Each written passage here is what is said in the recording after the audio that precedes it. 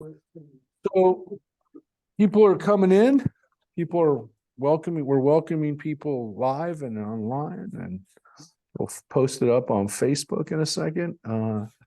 Get everybody who's on Facebook.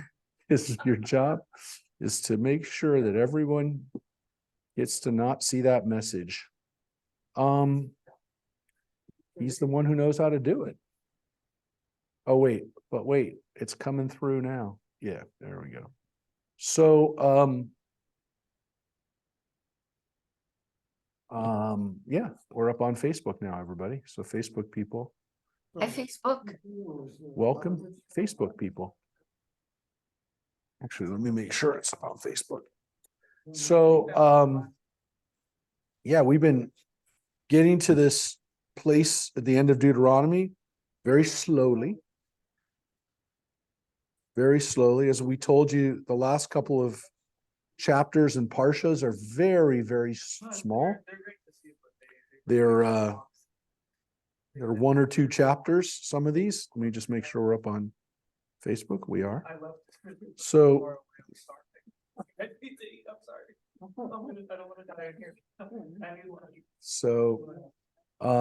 yep, we're up on Facebook. It's working. And I'm just wondering, Rabbi? Yeah, sorry. Yeah. Any reaction to your piece in the Signal today? Oh, that's a good question. So I posted it up on our I know it was up on our Temple page. If you don't get the Signal, It was excellent. Temple Facebook page. Well, look, I know that for the for the people who are here, the people who are online, the people who are in our synagogue for the most part will find that the article that I did on Hanukkah and relating it to our modern situation, they'll find it not surprising and probably find it positive. I don't know. I don't know if there's negative comments. I know that if there are, let me look real quick. I know that the publisher of the paper, Richard Budman, who's a friend, will most likely be very careful in letting comments on that are I don't know. I'm going to take a look real quick, but I can't imagine that he would let down comments that are really bad. But let me take a look real quick. No, so far there's no comments on the Signal. And I didn't get any negative comments by email, but look, the point of what I was saying in that piece was that obviously relating Hanukkah to our modern struggles. And I wanted to remind people I took advantage didn't take advantage. I built on the fact that Hanukkah is the story of the Maccabees, and the Maccabees is a story that I know that the church found important, and they were inspired by the story of the Maccabees. And so I reminded a largely Christian, I mean, obviously the majority of readers of the Signal are Christian, that the story of the Maccabees is their story too. And the story of Israel is their story too, because the article was trying to make the case that the war that we're fighting now is also a fight for Christians. And so the point that I made right here was the early church understood the connection to these heroes, and billions of Christians have learned from it. And then I said, in our own day, when we've seen the spread in the same part of the world of jihadist fundamentalism, it's a danger to our values and way of life, which isn't, of course, the dangers just to a Jewish way of life, but to an American way of life. And for Christians, it's against their way of life too. And so that's why I wrote the article, and that's why I wanted people to understand that this is their fight as well. And so the article was actually not for a Jewish audience as much as it was for a Christian audience. It was written for that reason. So if you want to share it with people who are Christian, that's great, because that's actually who it was written for. The Jewish audience on this was secondary. I would not have maybe made the same points. Definitely wouldn't have talked about the fact that the books of the Maccabees were kept by the Christians for that reason. Not that that's not important or that it's not factual, but it's not as relevant to a Jewish audience. I might say, but we have a lot going on Friday night. This Friday night, our Friday night of Hanukkah, is very busy. And so I may or may not make this point during services, but I'll make it now since I've been set up for it. The reason that the Maccabee story was not told by the rabbis was because the rabbis did not want to encourage Jews to fight against the Romans the way they fought against the Greeks during the story of Hanukkah. And so the rabbis knew that by focusing on the battles of the Maccabees and by glorifying them, they would be inciting the Jews to continue to fight against the Romans. And the rabbis knew that the Greeks were not, the Romans were a different breed. It was a different monster that they were fighting. And they really didn't want people to say that they were the Maccabees because they had been. Up until that time, they were like, well, God will help us beat the Romans just like he helped us beat the Greeks. And the rabbis were like, okay, maybe at first some of them believed that, but after 3 or 4 battles that were wars, that were campaigns that were eventually horribly disastrous for Jews in that they lost their own self-control of it, their own control of Israel, their own autonomy. They lost millions of Jews.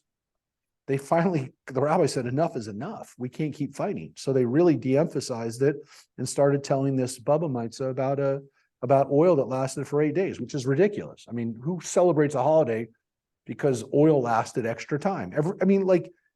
Even they must have been laughing when they did that because they knew what they were doing. The fact is that after 1,500 years of teaching that story in the Talmud, we forgot. Like they must have known as they were saying it, hey, look, we know what we're saying and you know what we're saying. And the joke to some extent was, look, let's talk about this instead of the other thing, which is the wars, not war, but wars.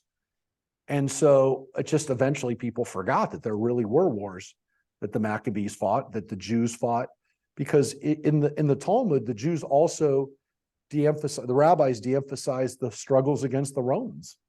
You know, if we didn't have the Roman records about it, and if we didn't have some limited Jewish records that survived, we wouldn't have known much about the Bar Kokhba revolt.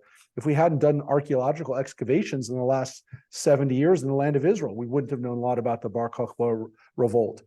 But we do, and we know it now. So again, the real reason why Hanukkah is 8 days is because the Maccabees wanted to celebrate Sukkot during the winter, because they couldn't celebrate it during Sukkot because they were fighting. And so they made Sukkot in the winter on the 25th of Kislev when they dedicated the temple, because the dedication of the temple by Solomon was on Sukkot 1,000 years before. And they said, our new Sukkot, our new rededication is also going to be a Sukkot, but it'll be on the 25th of Kislev. They made a Hanukkah, they made a Sukkot, they made a holiday for themselves, for the battle. I mean, not just for themselves, but for the fact that they won a battle. And they never said anything about the oil. The Maccabees never said anything about oil lasting for 8 days. They never said that. They didn't say it. Didn't care. Didn't even happen. But whether it happened or not, it's not a reason to celebrate a holiday for 8 days. The only holiday that we had though that started in Israel? Is it the only holiday that started? Well, that's a good question.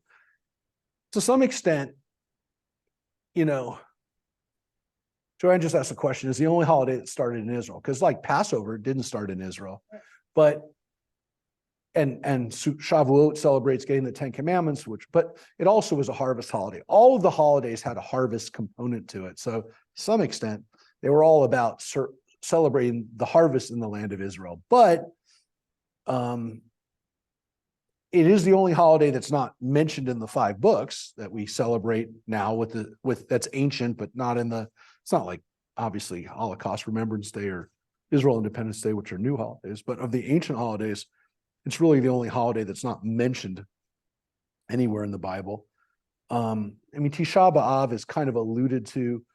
Obviously, it happened in Israel because it was the destruction of the temple. So I don't know. It's definitely the only holiday that I mean, it celebrates a historical event that happened in Israel. But what also is significant is that it's one of the only holidays. I mean, though Tisha B'Av is the destruction of the temple date, we know because we also have it in the Babylonian sources. But from an extra biblical standpoint of a holiday that we can point to and say, this definitively happened, Hanukkah definitively happened.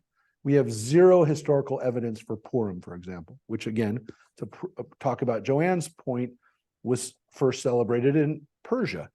But it is the only holiday that we can literally point to historical evidence. And I did actually on Sunday bring in coins from the Maccabees. I always bring in a Hasmonean, a Maccabean arrowhead, which maybe I'll bring Friday as well. We have the historical evidence. We have the Greek sources on the Maccabees. We have Roman sources on the Maccabees. We have our sources on the Maccabees, and we have the books of the Maccabees. But we also have archaeological evidence, and we have very good understanding of what happened during Hanukkah. It's very back and nothing to do with. We have no historical evidence that oil. It is a fable, and it is a very tough turn to try to turn that into the reason why we celebrate Hanukkah for 8 days. Because again, the Maccabees told us why they made it 8 days. They didn't hide the reason. The only thing is we didn't have the books of the Maccabees, so we didn't read it. We didn't talk about it. We didn't really study it. If the church hadn't kept the books of the Maccabees, we wouldn't have had them. We almost obliterated any knowledge that the books even existed. I mean, that's the truth. What they said about What? what actually said about the 8 days? What they said about it? Yeah. Yeah, no, they said it's because of Sukkot. They said we couldn't celebrate Sukkot. And so every year we'll celebrate Sukkot on the 25th of Kislev. They didn't stop celebrating the other Sukkot. They just made a new Sukkot. They said this is an extra Sukkot for our independence. Question. I Yeah. thought that you were supposed to light, like, let's say it's the second day, the second candle first, Yeah. then Yeah, is that right? yeah. Really? What's the point though, then, if there was no oil? What is the point of lighting the menorah? Because we've been lighting that way for 2,000 years, Joanne. Because the point is that the discussion about how to light a menorah, which goes back to the Talmud, is a 2,000-year-old discussion. There was another way, which was the way of Shammai, which is you started with 8 candles and you took it down every night, which Right. makes sense, right? But we don't follow that way. So people did have different traditions when it came to how to light the menorah. We've been following this tradition for a long time, and we do it. If you don't light it that way, if you lit it wrong or not the right way, it doesn't make it wrong. It doesn't mean you didn't count, doesn't count. It's still good. It's just, this is the custom that we have. It's only the matter of a custom of making sure that we like follow the custom the way we follow the custom. Yeah. Do we definitely call it a menorah What do you mean? for Hanukkah What do you mean? instead of something else? Instead of a Hanukkah? Yeah. So the correct answer is that, or the correct term for it is a Hanukkah, but people call it a Hanukkah menorah, which is what it is, a Hanukkah menorah. But a menorah, most people just call it a menorah. They don't call it a Hanukkah menorah. The problem is the original menorah had 7 lights. Right. It was not a 9-candled or 9 light. It doesn't have to be candles, but 9 lights. Actually, you could use Persian olive oil. You also could use some of the Hanukkot I've seen have 2 shamases. Remember, the shamas is there even if you don't have candles, right? Right. So what's a shamas then for? Right, but what's it there for if you don't light with it? So if you have a shamash wick, not a candle, and you have all the other candles for the other days, what's the purpose of the shamash? It's not helping you light the other ones, right? Right. Right? So how's it helping? You have to have the shamash. Yeah. So what is it there for? Anybody know? The shamash is not a candle. It's a light, right? It's a wick. It's a light. It doesn't have to be the light that you use to light the other ones. Okay, so you don't have to use the shamash technically to light the other lights. We do that, but you don't have to. And again, if you don't have candles, you don't use it. So we have an oil menorah. We hardly ever use it, oil Hanukkah. We don't use it because it's such a pain in the neck and it doesn't work. It doesn't work well. You get really lucky if they all stay lit. Usually you come back the next morning, it lights for a long time. What? Yeah, it's like our lights. Yeah, like our Shabbos candles. No, these things float, right? They float, the wicks float. And if they go out, then it's like, wow, that didn't work. So candles will really work. But wait, let me finish. So what is the purpose of the shamash? How does it help? Here's how it helps. The shamash helps because whether it lights the candles or not, the candle, that lit wick, that light is your light. Every light is supposed to. No, your other lights, the other lights for the nights are for the miracle of Hanukkah. But there was no. Well, forget that, Joanne. We're gonna stick with okay, it wasn't for that miracle, it was for the miracle of the Maccabees winning. Whatever you want to say the miracle is. The Hanukkah menorah is for Persume mitz of the Nisa, of the proclaiming the miracle. So what is that menorah? What is that shamash for? It's for the miracle. No, it's not for it. It's not for the miracle. Yeah, it's your light. Yes, it's for you. Why? Because if that light, if you use that, if the Hanukkah lights are in your house, right? Yes. And they're lighting up your house, Yes. they're lighting up your house. We're not supposed to do that. They're not supposed to light up your house. They're only supposed to be for the mitzvah, for the nest. But you're not allowed to use, exactly, you're not allowed to use that candle for light. So what are you using? The light in your house is from the shamash. It's not from your Hanukkah lights. You get that? It's a legal fiction. Hanukkah's gonna fall over Friday night and we have to light our Shabbat Yes, you candles. light Hanukkah candles first. Shabbat you have- candles first. You have to light Hanukkah candles before Shabbat candles. They have to last for 15 minutes. Correct. It doesn't matter.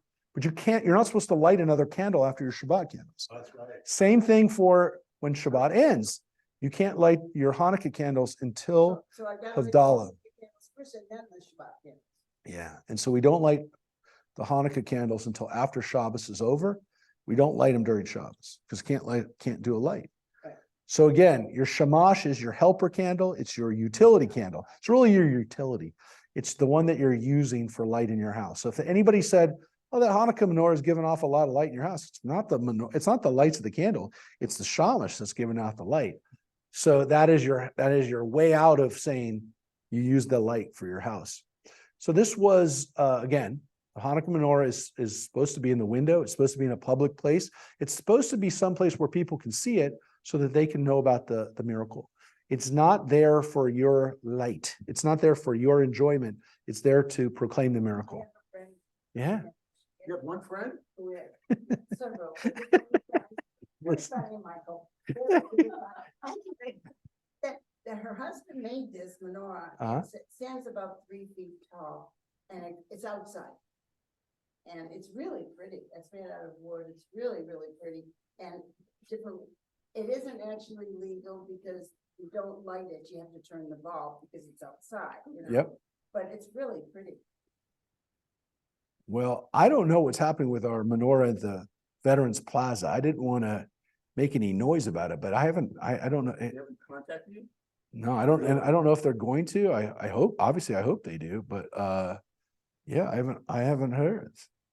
I haven't heard. But look, I don't know if they're going to light it this weekend, and I don't know. Like, I don't know. They usually it's the Blue Star moms that are in charge of it, and I know that they've like been trying to find a new person to kind of help them with it. But look, I don't know. Sunday at the mall is not outside, you said? No, Inside. But it's we're inside. outside. I will tell you, and I will make everybody know about. I will post it too. Okay. It is above the food court. Oh, it's where it was a few years ago. Yep. back up there because they were worried about security and because they said there were decorations in the front. Look, it's owned by different people now. You should see the senior center. They've got so many menorahs out there. That's good. Yes. They- I'm not old enough to go there, so. Well, it's okay. You can just cruise along. and look. So it's good. Well, that's good. That's good. So I'm letting you talk. You're going to tell me that the Maccabees did not have latkes. What? You're going to tell me the Maccabees did not have latkes. I know they didn't have jelly donuts. They did not have probably a lot of the stuff that we enjoy, the Maccabees. They had oil, and the tradition of having foods with oils is pretty old. It's a pretty old one, but I think in every country where Jews lived, they adapted with whatever oily food they could make, right? So frying stuff up in pans, whether it's a falafel or whether it's some kind of grape leaf with a whatever, my guess is for a lot of the times it was that. And then when Jews moved up to the colder climates and wound up eating potatoes, they didn't eat potatoes. Eat potatoes in Israel. Where did vodka come in? Vodka came in from the same place, from Ashkenazi Jews in Poland and Russia, who we did not invent vodka vodka, by the way. I think it was invented over the last few years by people doing parties. We started seeing parties in the East Coast is really honestly where we first saw the vodka parties.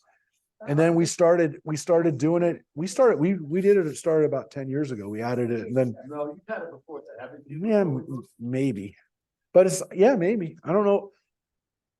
Oy, you know what? You brought it up, and I will answer your question. You had it before. Listen, it could have been. Mike. Everything before COVID. Everything before COVID feels like it was. I just say 10 years ago. Here, I'll tell you. The first one was. I can't drink booze. Okay, the first one that I can verify was 2012. 2012. We're here all the time, so it's like. It's 2012. It might have been before, but I know that it at least goes back then. It wasn't that. I mean, it wasn't ancient. It wasn't one of our ancient parties, but it is become one of the ones that we look forward to. Passover, yeah. But people didn't like that one actually, Mike. People. I know. Well, it's not that they didn't like it. Everyone likes pizza and beer. What people didn't like was that somehow it was encouraging eating pizza before Passover. Like they didn't have an issue with it after Passover, but somehow talking about it before was bad. I don't get it. For me, I try to get as many carbs in before Passover as I can. That's why I load up. That's correct. But I like having pizza before Passover starts. I met your mom. Yeah, it was just a fun part. It was a fun party. Everyone likes vodka, and we're gonna continue that. Yep, but anyways, so it's next. Vodka is a week from tomorrow, and we know a lot of people will be there, and we'll miss those who are viewing from afar. We'll miss you at the party. But let us get to the story at hand, which is the end of Deuteronomy, the end of Devarim. And yeah, thank you everybody. And now I don't have to explain on Friday that the story of Hanukkah is a fable. No, I'm not going to. It's not the right time. It's not. Do it here usually. Yeah. What? Hanukkah is not the right time? No, it's not the right time. It's like there's so many other things to think about right now about Hanukkah. And So Yeah. just because we don't have the evidence happen, we don't know it didn't. the oil, Yeah, we don't know that. other than the fact that it doesn't make any sense. I mean, okay, fine. It's not that it's not a miracle. It's not that big of a deal. It's like, it's like somebody used to explain that it was like, the odometer only said I had one more mile and I drove 25 more miles on the odometer. Somebody said that would be a miracle. Now, of course, they say it only said I had 1% on my phone, right? And it lasted, yeah. And it lasted all day. It only had 1%. So yeah, that's the new one, that it's your iPhone battery, your phone battery. Yeah. So that's the point. I mean, you know, telling kids that the story is celebrating oil lasting for 8 days is, Oh, I don't. I mean, they don't care. They don't care that. Why? Well, listen, I don't want kids to think we have stupid reasons for having holidays. I don't think you should tell. The other thing is, Joanne, why? Why do I need to perpetuate a ridiculous story? Because the more important thing is they should know that the story is actually about Jews fighting for their survival. Well, what's the Greeks and the Syrians? Fine, but the point, if the point is the miracle of the oil lasting for 8 days, then it obscures the story that it's really that a small group of people stood up for their faith and they didn't, you know, and they inspired billions of people ever since. Thing was. No, it's not. The whole story of beating the Greek Syrians was a much bigger deal. And that's a real reason to have a holiday. So there you go. Just like it's really important to have a holiday for the modern nation of Israel, because no one thought Israel was going to survive in 1948. So where we left off was with this poem, this song of Ha'azinu, which was what I told you we read usually right before, right around the beginning of the year, right? The time of Rosh Hashanah. As I mentioned to you, it was also coincidentally read at 9/11, that week of 9/11, when we read the story of the twin towers, the twin pillars. This is a scary poem, though. It's not a poem it's not a happy poem. It's a warning poem. And the poem ends with these words that Moses came together with Hosea, son of Nun, who's Joshua, right? And recited all the words of this poem in the hearing of the people. So Joshua was with him when he did it. And when Moses finished reciting all these words to all Israel, he said to them, take to heart all the words with which I have warned you this day, right? Again, the word hayom. But this time, instead of saying just listening to it, there is this understanding that is you've been warned. And enjoin them. Yeah, this is where we finish. Enjoin them upon your children, so that they may observe faithfully all the terms of this teaching. And then again, the Torah Hazot, this teaching. And then he said, this is not a. We're getting feedback from there. Yeah, that's I think John's.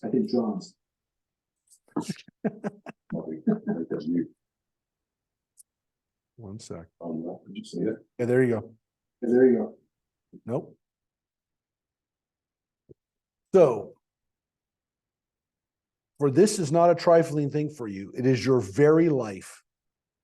Through it, you shall long endure on the land that you are about to possess upon crossing the Jordan. And the key to this, of course, is that this is the way you survive in the land of Israel, by following these rules. And this is serious. That's why it says, you know, this is not a little thing, right? This is not a little thing. Lo davar rake. It's not a little thing, right? It's your life. And again, that's a message that we get throughout the book of Deuteronomy, to choose life, to choose a good path. And this is where we're continuing. This is the new part. That very day, Adonai spoke to Moses, ascend these heights of Abarim to Mount Nebo, which is the land of Moab facing Jericho, and view the land of Canaan, which I am giving to the Israelites as their holding. You shall die on the mountain that you are about to ascend, and shall be gathered to your kin, as your brother Aaron died on Mount Hor and was gathered to his kin. And again, to show you on the map,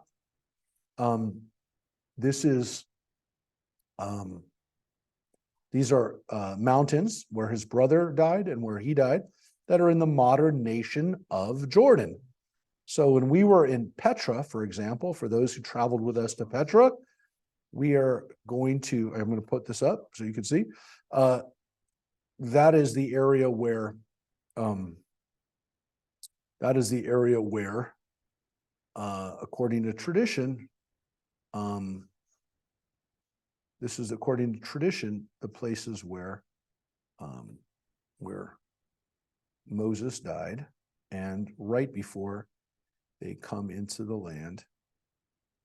We really don't know where that is. We are not exactly sure, though The Muslims believe that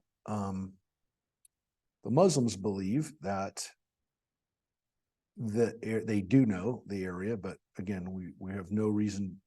Actually know where he's buried? No, we don't. And you're going to see, Joanne, that the Torah specifically says we don't know where it is. So these areas right here, it says the mountains of Abarim. This is the area that they're at. Again,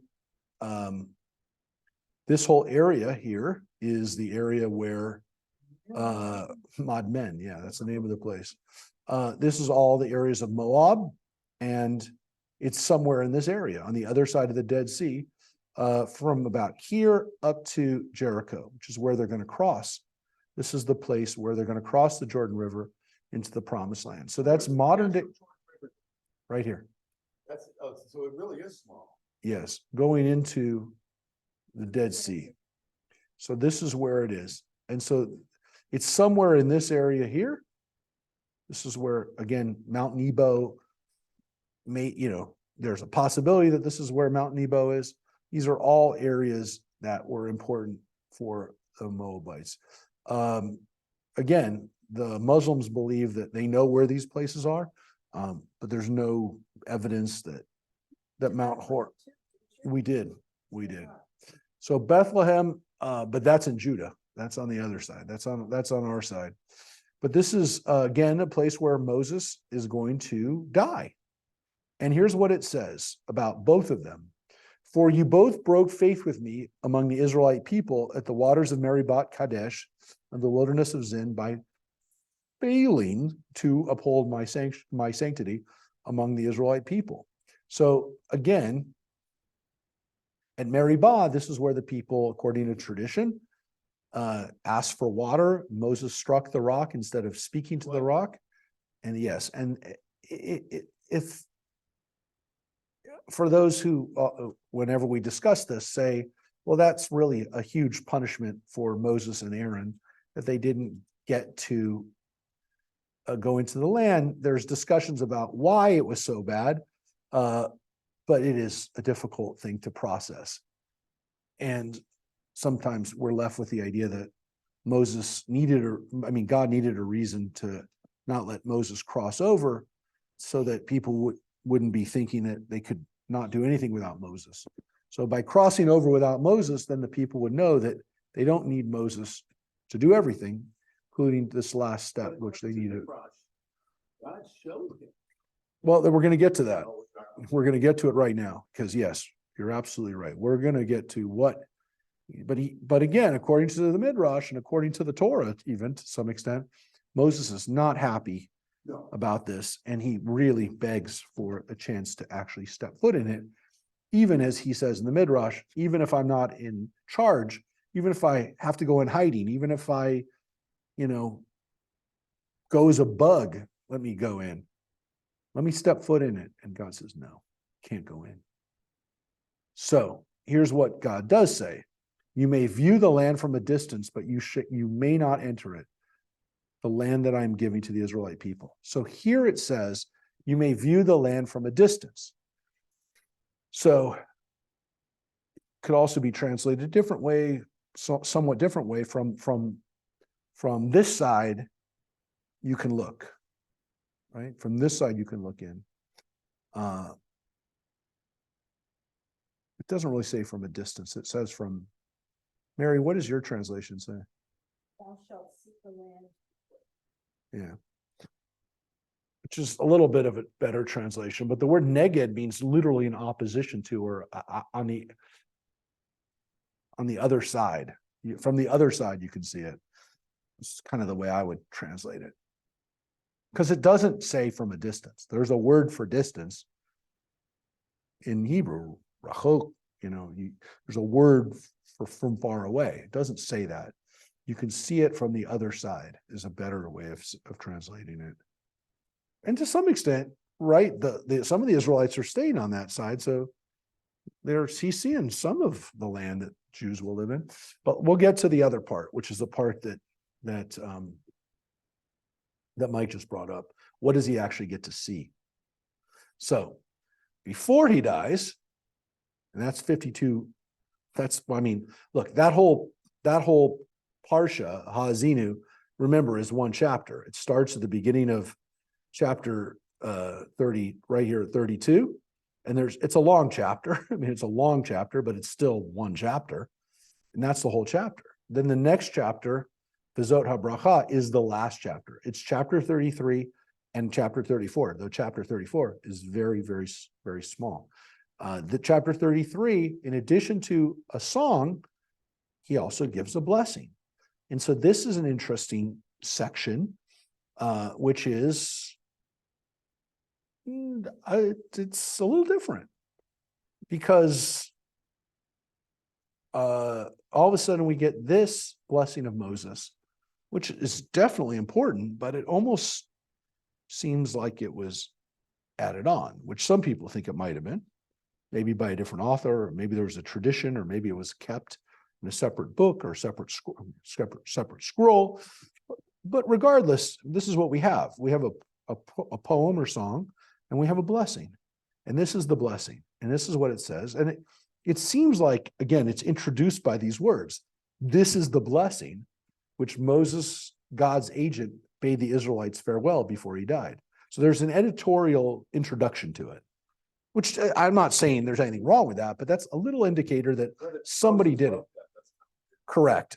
So he could have written this, but the fact that he would have written that previous line, doesn't seem like Moses would have said it, especially since Moses was a humble person, according to what we know.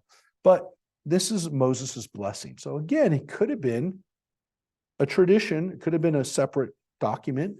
This is Moses's blessing. This is what he said. This is what it says. He said, Adonai came from Sinai and shone upon them from Seir, from Mount Seir, the mountain of Edom. God appeared from Mount Paran and approached from Ribamot Kodesh, lightning flashing at them from God's right. Lover indeed of the people, their hallowed are all in your hand. They followed in your steps, accepting your pronouncements. When Moses charged us with the teaching as the heritage of the congregation of Jacob. So this is definitely in biblical poetic style. Torah tziva lanu Moshe. We use that phrase a lot. It's actually a song. Torah tziva lanu Moshe. Torah tziva lanu Moshe. Yeah, we sing it. Moses taught us this Torah, right? That's what the words Torah tziva lanu Moshe mean. But it's also described as a morasha, a heritage. We also use that word sometimes in Hebrew. There's camps morasha, which means camp of heritage. The morasha is another word for heritage or legacy. It's your where you came from to some extent, but also like what your tradition is too, right? And so this is what the Torah was. So It's interesting though that it just has Jacob's name and not Abraham and Isaac. well, remember, when we refer to Israel, we're referring to Yes. Jacob all the time. The interesting thing is, of course, is that sometimes we'll go to Yaakov too, and sometimes it's done in a poetic situation where here it's just us. Torah tziva lanu. The us is paralleled with the word Yaakov, right? So the us is Jacob. Sure. But sometimes, like when we have like in Ma tovu ohalecha Yaakov, mishkenotecha Yisrael. There we have Yaakov, your tents, and then your mishkan, your dwelling places, Israel. So there, Jacob and Israel are paralleled.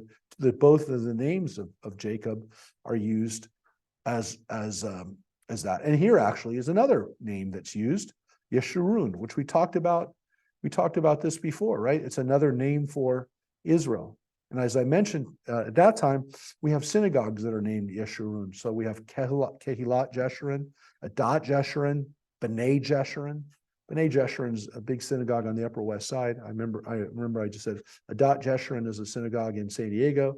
Kehilat Jeshurun is, I can't remember where Kehilat Jeshurun is, the last one that I was thinking of. But anyways, there's different synagogue's named Yeshurun because it's another name, it's another nickname for Israel, which is again from the root yashar, which means straight, like as proud or not crooked, you know, in a sense, like doing the right thing. And here, when the heads of the people assembled, the tribes of Israel together. And so here's Yeshurun and Yisrael paralleled. And now we're going to get into the tribe by tribe. So up until here, it's all about everybody. And now in verse 6, we start to get the tribes.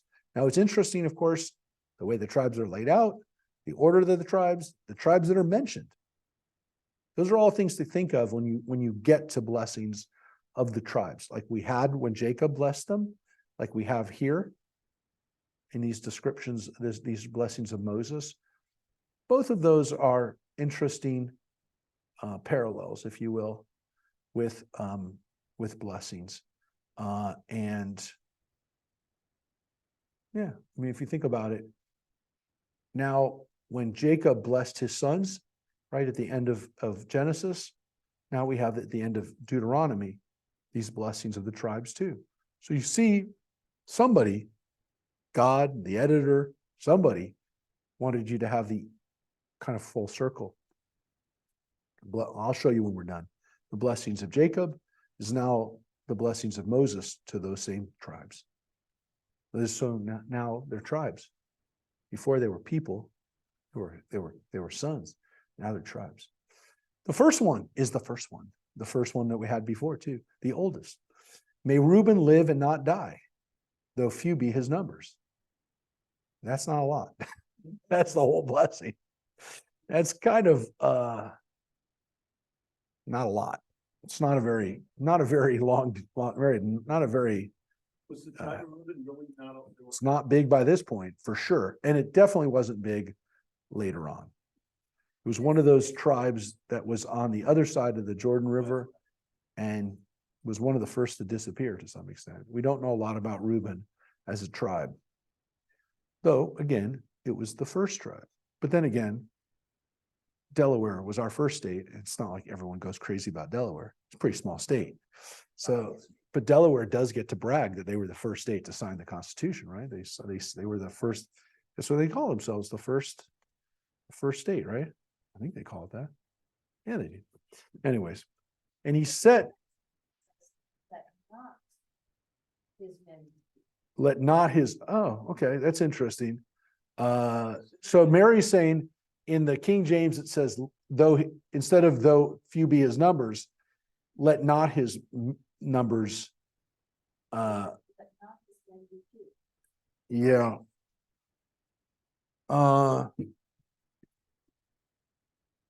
It's a tough translation because it really is, it's a poetic phrase. So it's not a very literal or really even like, you never would say this phrase. Because what it literally says, it's a play on this word, well, from the first part, Yechi Ruvain, Yechi Chai, you know, the word Chai, may he live, right? Ruvain live. The al Yamut means don't die. The word met means die. And then the phrase here is Vayehi may tav, which again is like Yamut, mis por, which is their counting or their numbers, the way we count them, which is we don't want their numbers, or that's why the King James translation is let not their numbers be small. It's kind of actually either one could be the meaning to some extent, because the reading we have here is he just doesn't have a lot of people, whereas the other version, the King James version, is but we don't want his numbers to be small, so let his numbers not be small. I think either could be the case, but I think the intention of it is probably more along the lines of the King James of what Mary says, which is we don't want their numbers to be small, or at least we don't want them to die out. And that's kind of what it is. So the definitely it's about them not being too small. But there's this recognition of they should be the biggest because they're the oldest, but they're not. But we don't want them to disappear. So I think it's more hopeful if you don't just state, and there aren't a lot of them, but let there be more of them, or let them not be too small. And this he said of Judah, hear Adonai, the voice of Judah, which is Shema Adonai Kol Yehudah. So like now God here, Shema Adonai. Normally we say Shema Yisrael. Here we're saying Shema Adonai. Hear Adonai, the voice of Judah, and restore him to his people. Though his own hands strive for him, help him against his foes. And if you look at the note here, it says, make his hands strong for him. What does the King James say for that one? Yeah.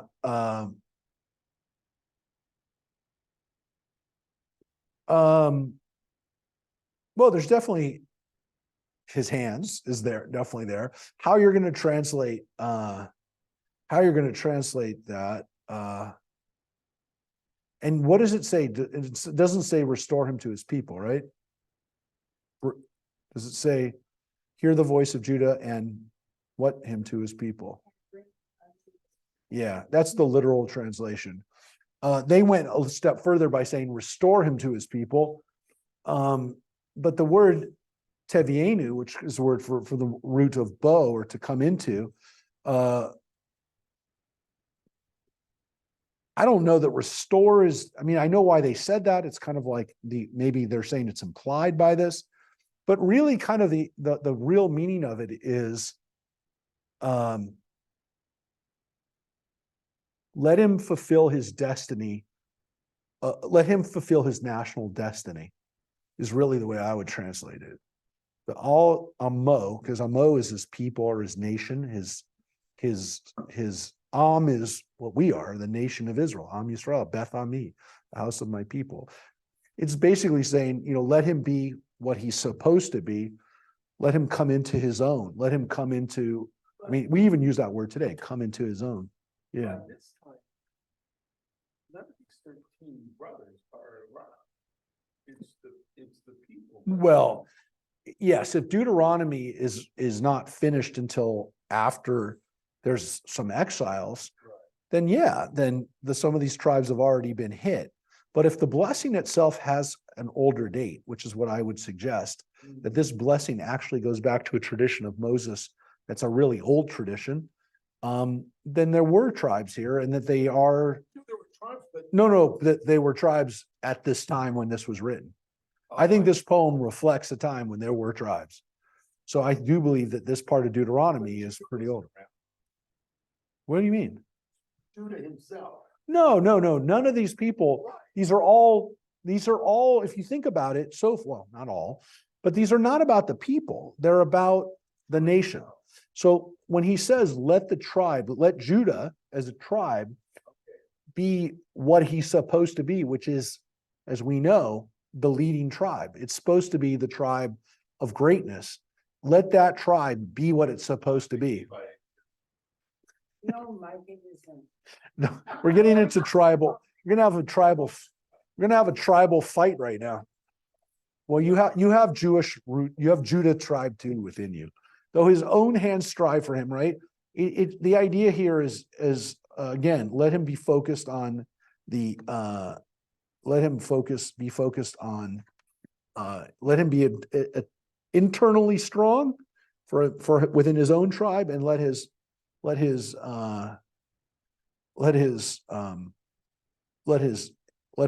the people who are against him, let his external threats be minimal, but essentially keep him strong against his external threats. But it's interesting, by the way, because that phrase really is about Judah is a good one. And we're getting the Levites next, but what do you mean? How did we distinguish? Because they were brothers. Well, there were 12 brothers, but one of the brothers, his sons, Joseph's sons, Ephraim and Manasseh, get strong enough to be tribes of their own to some extent. But the Levites don't get a tribal portion, but here's what they get.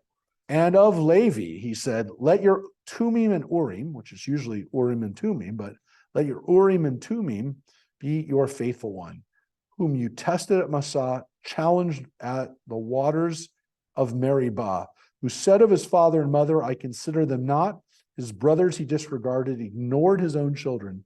Your precepts alone they observed and kept your punishment. Your covenant, sorry, yeah. You shall, I'm not done. They shall teach your laws to Jacob and your instructions to Israel, and they shall offer you incense to savor and whole offerings on your altar. Bless Adonai, his substance, and favor his undertakings. Smite the loins of his foes.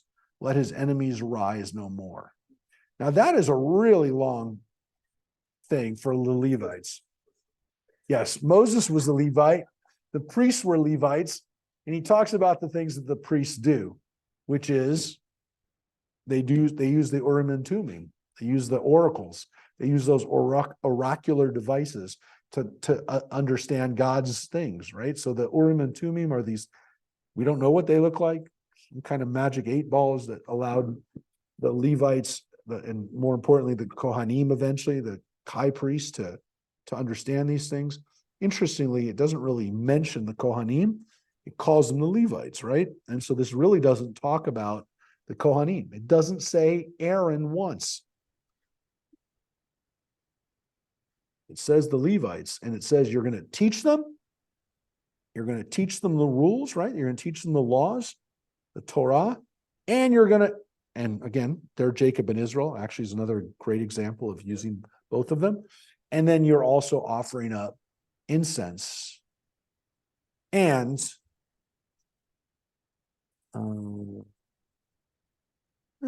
doesn't say animals, but usually that would be animals. You offer up the sacrifices. So yeah, it doesn't say animals, but I think the implication in Khalil is that it's yeah. So, well, in an interesting translation, I'll see the note here. It says, you shall place incense in your, they shall place incense in your nostril, which is God's nostril, right? What does your translation, by the way, say, Mary? I said that's gonna be interesting translation. Yeah, yeah, which is another good translation, in front of you, before you. Apecha can also be not just in front of your nose, but in front of your face or in front of you. But yes, these are what the priests do. These are what the Levites do. They offer up sacrifices, but they're also teachers. And it says that they're teachers right away. So like, this isn't something that we said, oh, the priests are going to teach the people. Like we said that. The Torah says that. God says that. The priests were not just, well, they weren't just sacrifice people, right? They weren't just prayer leaders. They were also teachers. So when people say, well, what came before rabbis when it came to teaching Torah? The priests did. It says it. So it's not far-fetched for people to say, well, what was there something before there was a rabbinic? Yes, the priest did. It says so. So I think it's pretty clear that there was always people teaching Torah, and the priests were the ones who did it. It also makes sense given that they have a huge role to play in the Torah. So this is the priests. We're not, this text right here, who said of his father and mother, I consider them not. His brothers he disregarded, ignored his own children. I mean, what are they talking about here? Like this seems like this weird kind of like disregard of their own family. And what's interesting about this is that it seems to imply that priests really have a higher calling than other people, to the extent that like the family bonds are not as important as their own work that they do. And if you think about it, what did Aaron have to do? When his own sons were killed, God tells Moses to tell him to just do his work. Don't do anything other than your work. And so when it says ignored his own children, I mean, Aaron actually did that. So what's interesting is that the priests essentially, the Levites did that. I mean, remember the Levites killed other Israelites at the golden calf incident. I mean, their job was there to enforce order. And it says that they killed thousands of people, the Levites. So they have a higher calling, and to some extent, it's not based on family, which is ironic because you're only a priest by who your family I was is. just gonna bring that up. So it is weird that you don't pay attention to your parents and you don't care about like anything other than God, but you're not a priest unless there's that connection. So it's an interesting responsibility. So we had Reuben first, which was the first tribe. So you got to give deference to the first tribe, keep the order. But immediately they start going into the tribe of the king, or the tribe of power, the largest tribe, the tribe of the priests, and the religious authority, which is the Levites. But interestingly, let's do the next one is Benjamin.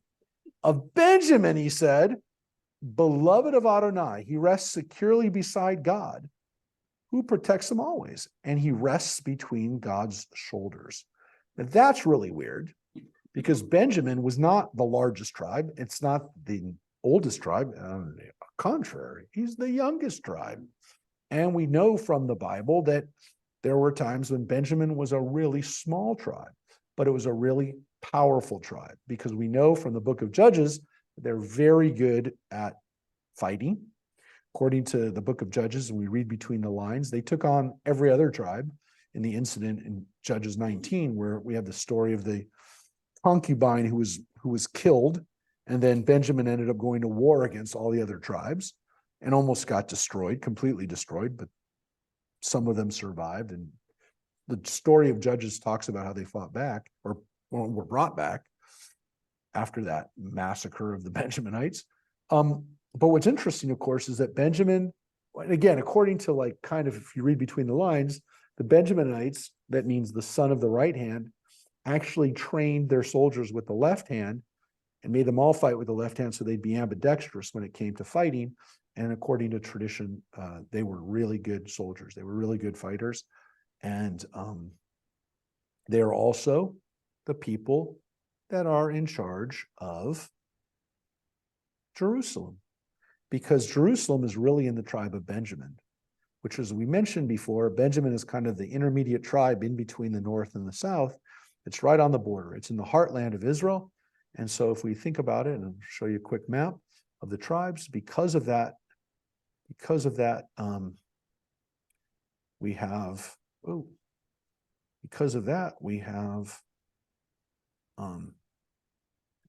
we have Benjamin right here. There's Judah, and then everything north of that is the northern kingdoms. Benjamin's right here. There's Jerusalem, right on the border between Judah and Benjamin, between the north and the south. That's where Jerusalem is. So when it says God is kind of resting on Benjamin's shoulders, on the mountains of Benjamin, it's Mount Zion. It's Mount Har HaTzofim. It's all the mountains around Jerusalem. Those are essentially, like, if you think about it, the back of Benjamin. That's his back. The mountains of Benjamin are his back. So that's where Benjamin is, and that's why Benjamin's so critical. That's why Benjamin's so important, because he's the heartland. He's the religious center for God. And so when it Rabbi? says he rests besides God, it's Benjamin because of his location. Yeah. Sorry for this aside, but Yeah. the tribe of Dan, Dan, Yeah. is that what I assume that's what they named the Dan Hotel chain after? Yeah. Yeah. And we're going to get to Dan. We're going to get to Dan, right? As you mentioned, we have this is where Dan originally was, right? The tribe of Dan, or Dan, eventually was there, and then eventually they move up here. Why? Well, we have a story in the book of Judges about how they moved, but Dan eventually ends up being really far north. They made a tribal movement away, probably again, well, the Bible kind of says they were squeezed out by the Philistines who lived along the coast, right?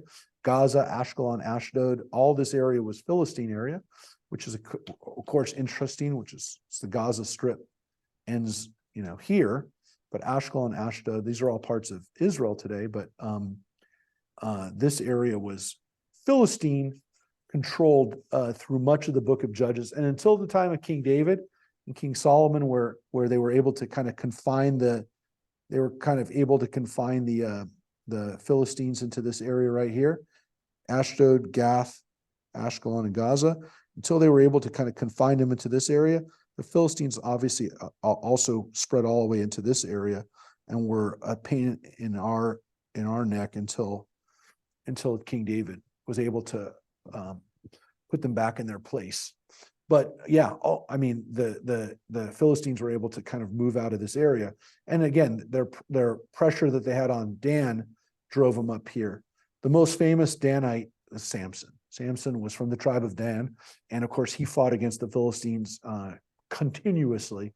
And again, we read about how they wound up here in the far north, and they moved up there. But yeah, that's the tribe of Dan, which we don't have a lot of information about them. And again, the most famous guy, Samson, was not exactly a guy we're supposed to be emulating.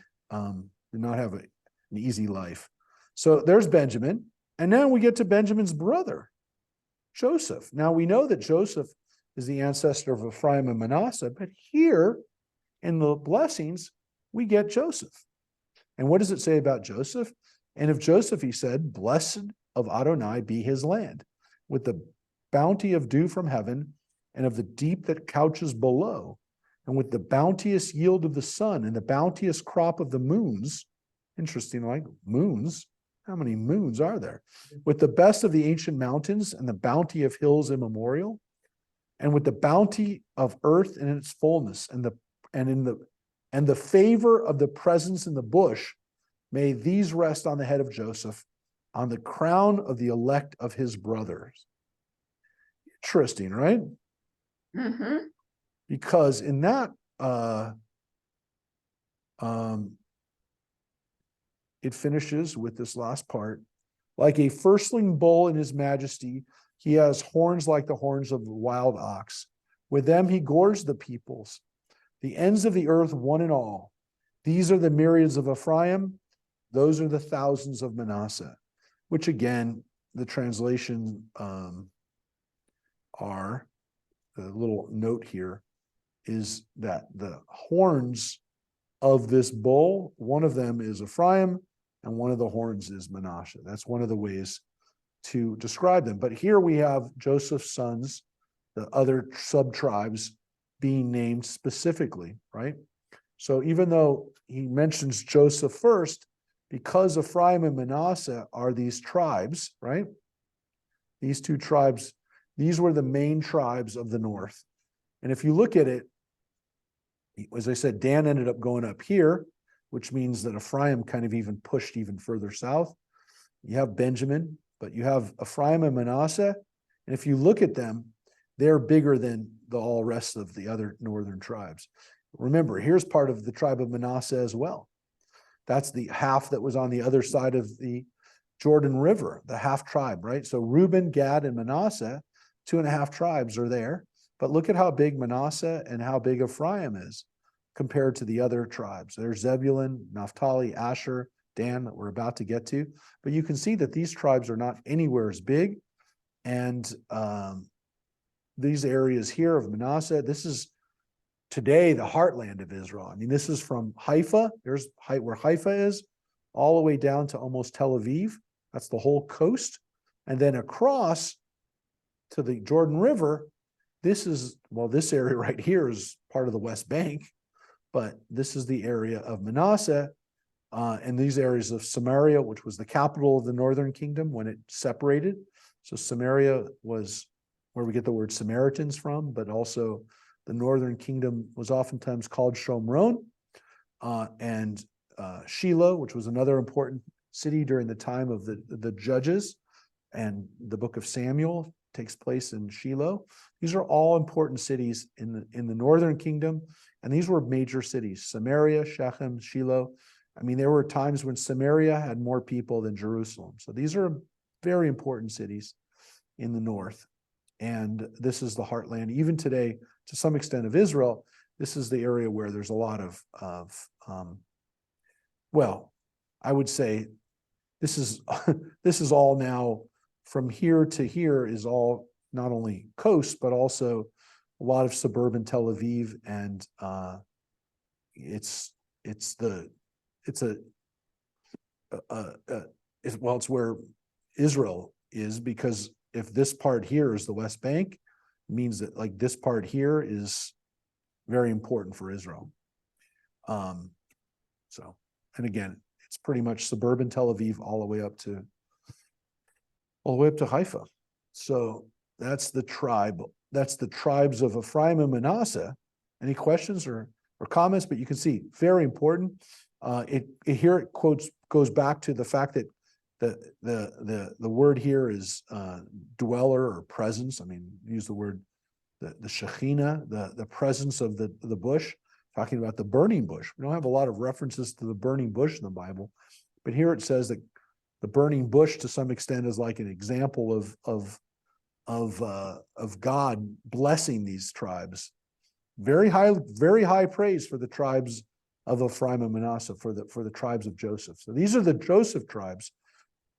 Going to have good harvests, going to have, when it says moons, by the way, it's not the word, I wanted to go back to that for 1 sec.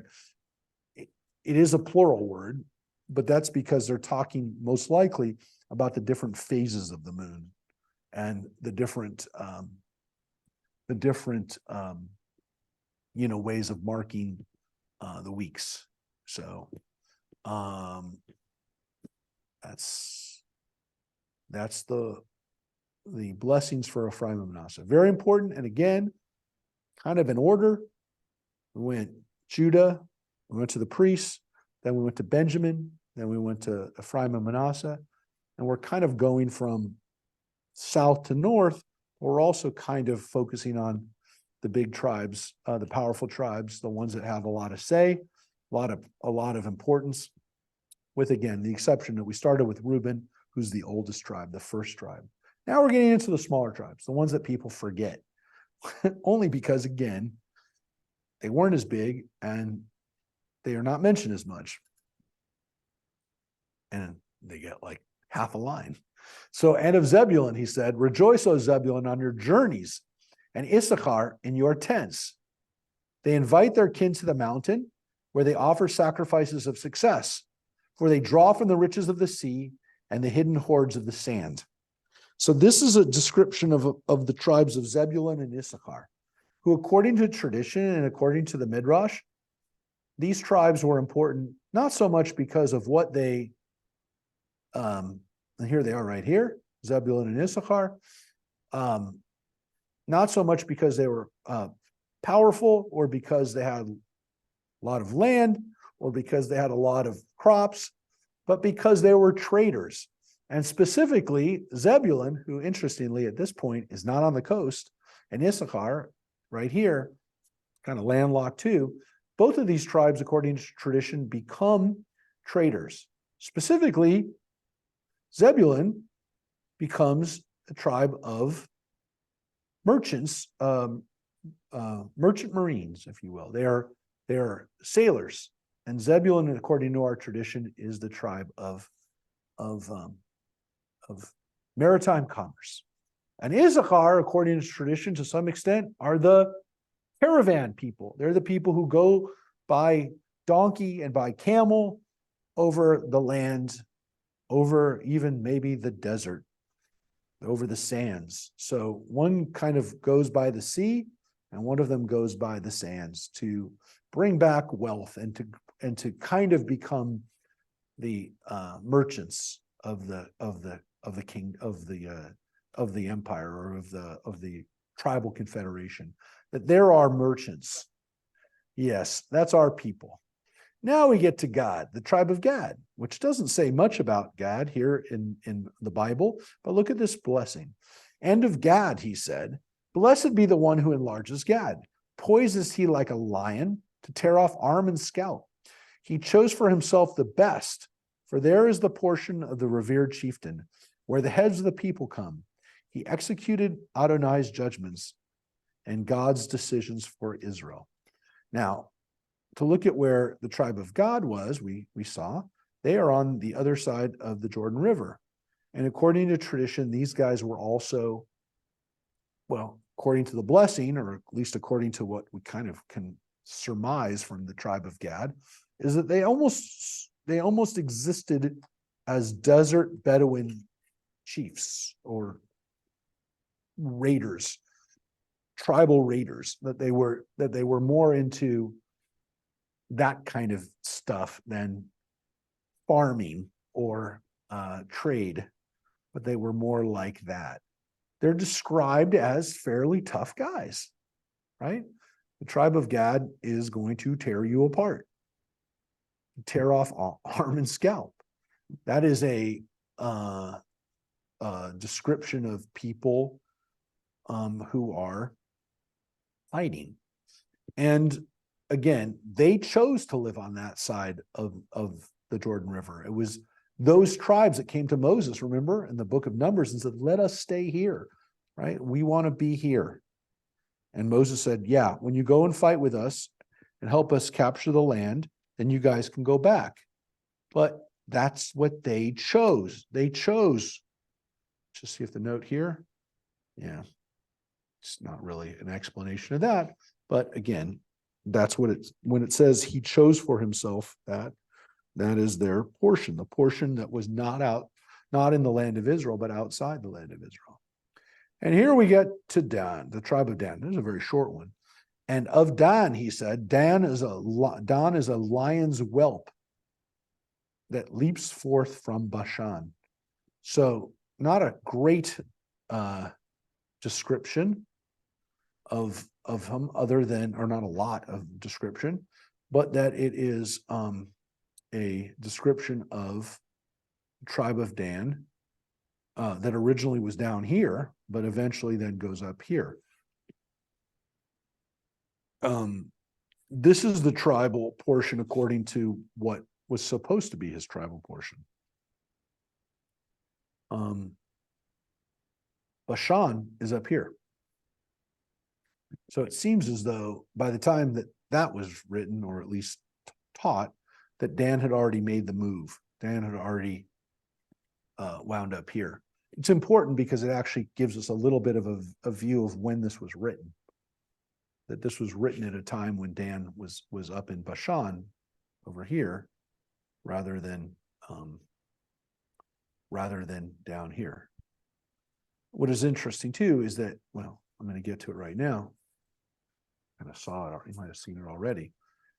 It also then goes into Naphtali. So Dan and Naphtali originally were not next to each other. Eventually they are. And here it seems like they already are. Because it says, and of Naphtali, he said, O Naphtali, sated with favor and full of Adonai's blessing, take possession of the west and south. And again, not a whole lot of description and not a lot we know about the tribe of Naphtali, but again, it's all kind of good. Of Asher, and of Asher he said, most blessed of sons be Asher. May he be the favorite of his brothers, and may he dip his foot in oil. May your door bolts be iron and copper, and your security last all your days. Just see what the note here. Yeah, well, only from the fact that these are all metals, which include, which are strong metals. But look at Asher. We don't know much about Asher. Again, it's another one of those tribes that we don't learn a lot about in the Bible. They're in the north here. You can see they start right about where Haifa is, right on that part of, Haifa is right here. It's right here. It goes all the way up to Lebanon. So this whole area was part of the promised land. So it goes all the way up through the Galilee along the coast. So Israel ends about here now. That's Lebanon, right? And then this is all Lebanon. But all of this stuff, Israel right now goes up like this. But this area here of Asher would have not been a part. This is all part of Israel today. This is the Golan Heights. So it's not, it's not this part. But this would be the border. That's the border with this would be the border. This was the border with this is all Syria over here. This was Syria. Golan. And Jordan starts right about here. So Syria was here, and then Jordan was here, right at the bottom of the Sea of Galilee. So this is Asher, the tribe of Asher, and again, not a lot of description about him other than most blessed of the sons. Now, this is to some extent because it's a play on the name Asher, which means Ashur, which means to be blessed. So it's basically a play on his name, and it's still a very common and it was a very normal Hebrew name for people. Asher. It's not so much anymore, but used to be.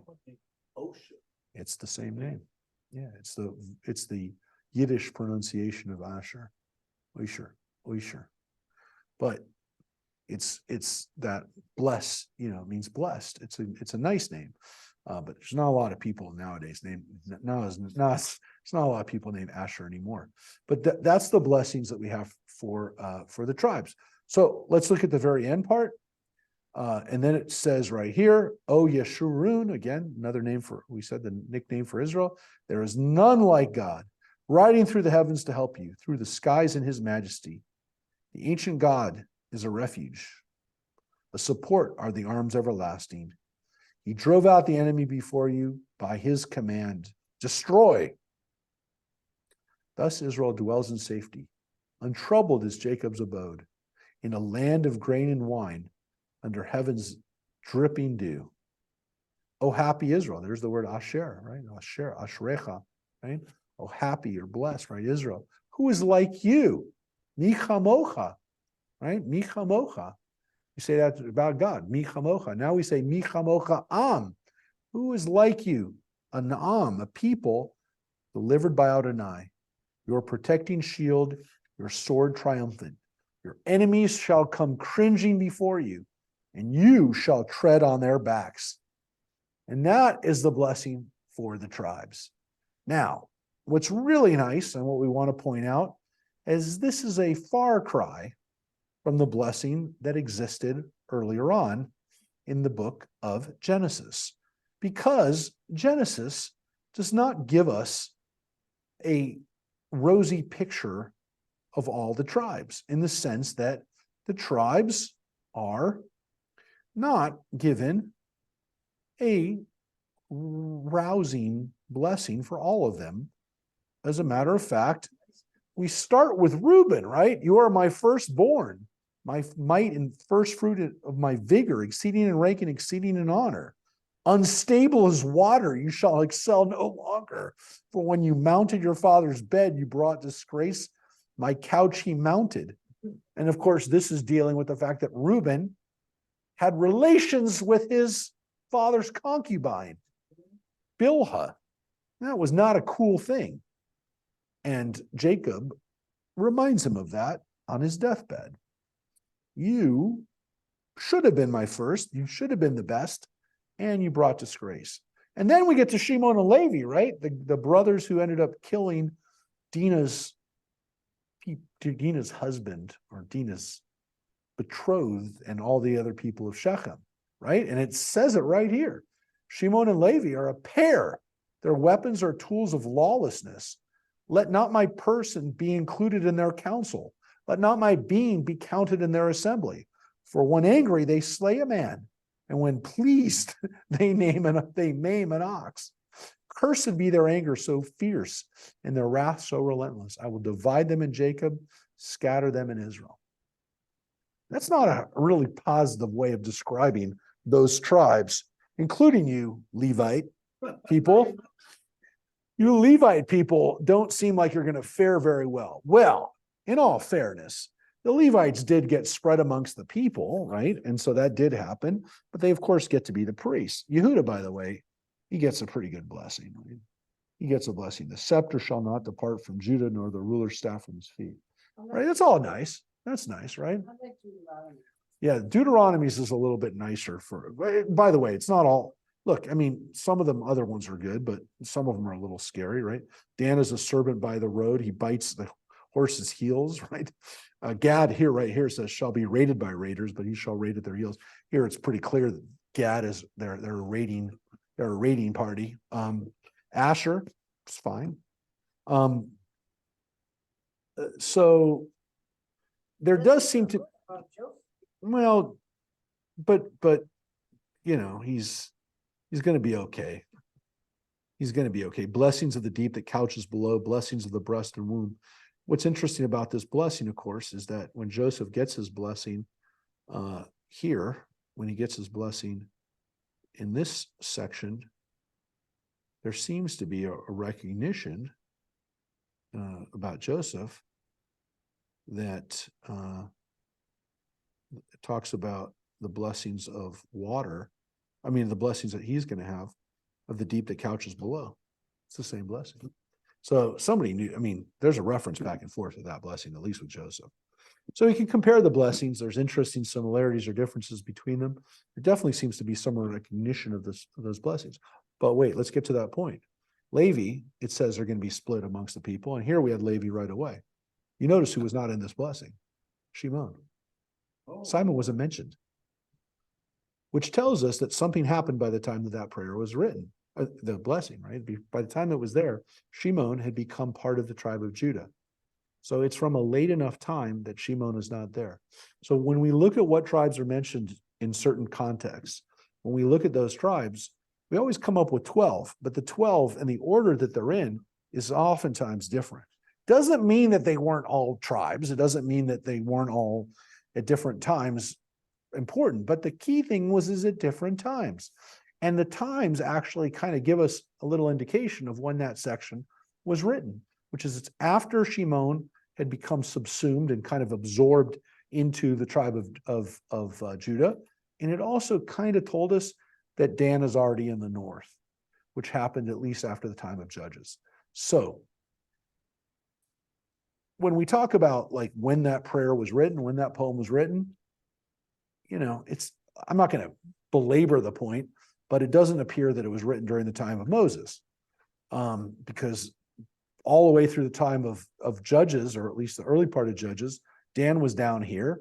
Shimon was here as part of, you know, completely, you can see, surrounded by Judah, but eventually, like, Judah just overwhelmed it. It's not like Judah destroyed it. It's just like Shimon stopped being a tribe on its own. The people just got completely, like, became part of the tribe of Judah.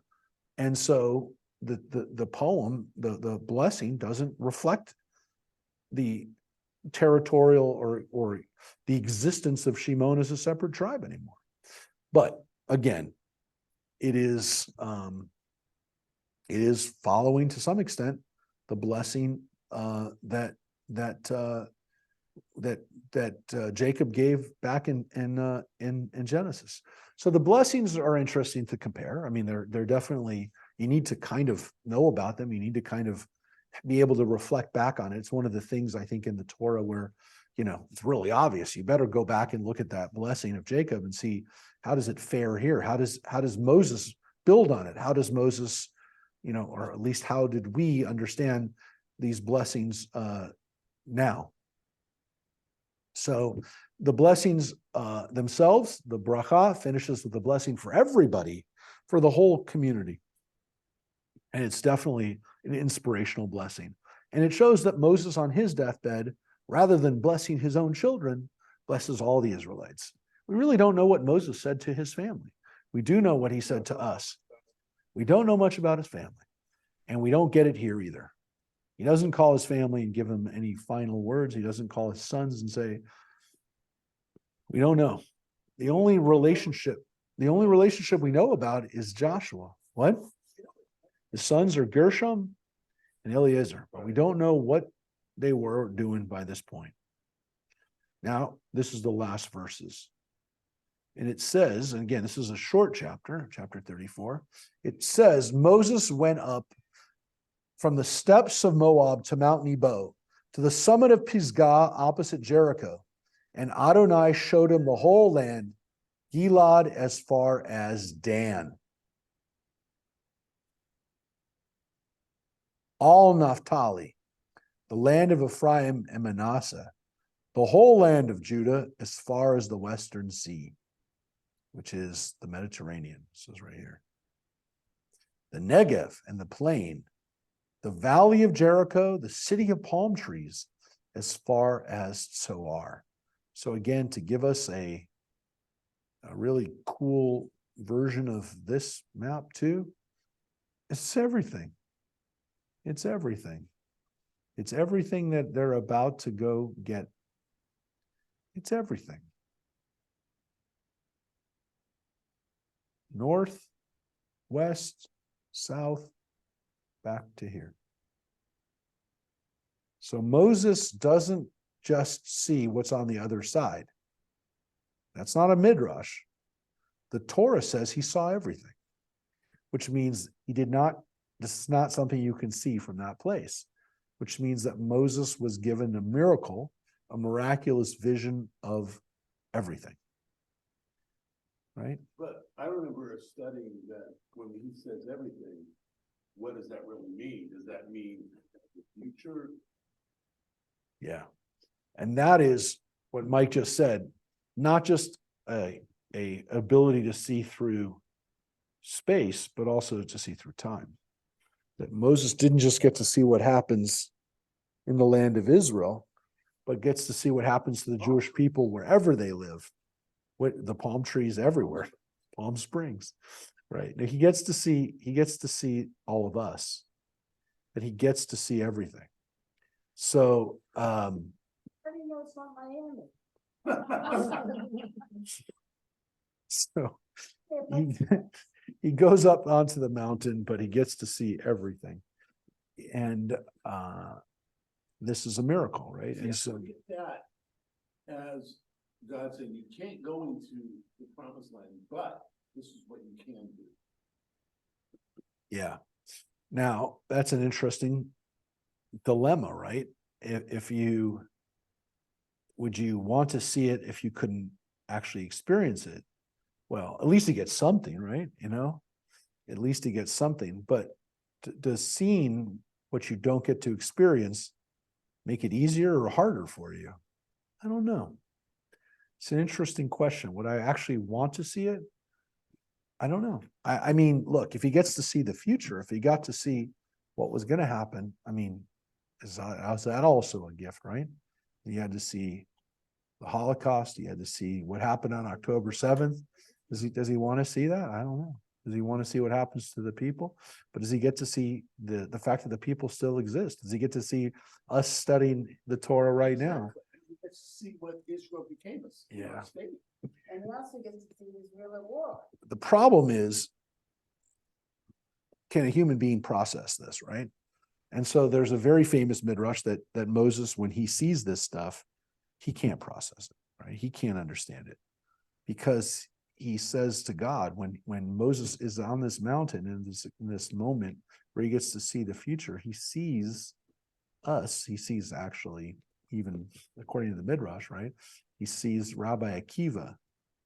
He sees Rabbi Akiva teaching the Torah to the students to his students in the Beit Midrash, in the house of study. And he says to God, he says, why did you give me the Torah? I don't understand it like this guy does. This guy's explaining little dots here that I didn't even, like he says, he's explaining teachings on a dot. I don't even understand. I don't understand what he's saying. Why did you give the Torah to me? You should have given it to him. He's more worthy. So God says to Moses, you don't understand my ways. So then God says, I want to see what happens to this guy. I want to see. And Moses shows him what happens to Rabbi Akiva, which is that Rabbi Akiva winds up having his flesh torn off of his living body by the Romans, right? And that's his punishment for teaching the Torah. So Moses says to God, how could this be his reward for doing what you want us to do? And God says to him, you don't understand my ways. And so Moses is just left with more questions of seeing this stuff. Like he can't, and it's essentially, of course, not Moses, it's us. It's like, how could we comprehend this? If we saw everything, would we be able to take in and understand it? Would it make it any easier for us with our limitations to understand this information? Could we take it in and process it and be able to look at it and not just have our minds blown by it? I'd say, how can this be? So this is the tough part that we have as human beings. Even Moses, again, essentially the teaching is that even Moses, who got to understand God more than anybody, he couldn't understand it. So of course, if God can't explain it to Moses, how can we understand it? So it's not an answer. I mean, it's not a good answer. It's not an answer that, is satisfying, other than probably stating the fact that we can't process this, at least not with our minds.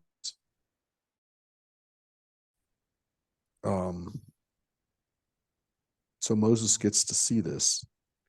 And it says, Adonai said to him, this is the land which I swore to Abraham, Isaac, and Jacob. There you got your Mike, you got your mentions of Abraham and Isaac.